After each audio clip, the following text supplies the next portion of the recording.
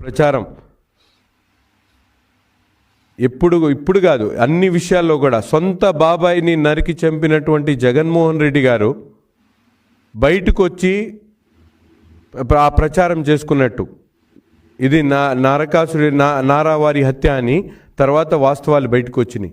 కోడికత్తి drama కానీ ఇవన్నీ కూడా అన్ని విషయాల మీద ఉన్నాయి.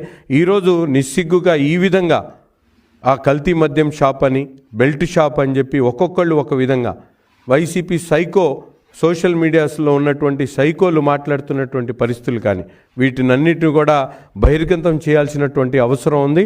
అందుకని ఈ విషయం మీద ప్రజలకు అర్థమయ్యేటువంటి విధంగా జరిగినటువంటి ప్రమాదం ఒక శివశంకర్ అనే వ్యక్తి తాగి చనిపోయిన తర్వాత జరిగినటువంటి ప్రమాదం, అది కూడా అతను మద్యం, అది కల్తీ మద్యం కాదు, లేకపోతే బెల్ట్ షాప్లో తీసుకున్నటువంటి మద్యం కాదు, అది ముమ్మాటికి ప్రభుత్వ లైసెన్స్ ఉన్నటువంటి షాప్లో తీసుకున్నటువంటి మద్యం. 2 సార్లు తాగాడు.